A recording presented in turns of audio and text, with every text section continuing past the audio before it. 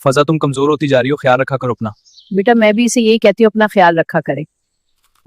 ठीक है माँ जी, अपना ख्याल रखिएगा, मैं चलता हूँ। ठीक है बेटा, तुम्हें देर हो रही है, अल्लाह हाफिज।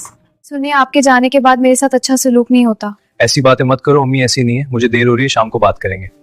क्या हर वक्त मेरे बेटे से शिकायतें लगाती रहती हो? चलो जाकर काम करो।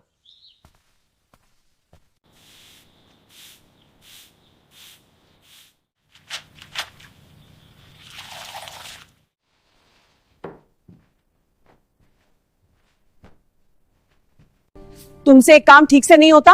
खाना बनाना भी नहीं आता? क्या सिखाकर भेजा है तुम्हें? माँ जी, ये सब क्या था? अब फजा के साथ ऐसा सलूक क्यों कर रही थी? जुल्म से घर नहीं चलते, सच और इंसाफ से रिश्ते बनते हैं। मुझे अब से ये उम्मीद नहीं थी। बेटा मुझे माफ कर दो, मैंने तुम्हारे साथ बहुत ज्यादती की। कोई बात नहीं माँ जी, आपको एहसास हो गया, मेरे यही काफी है।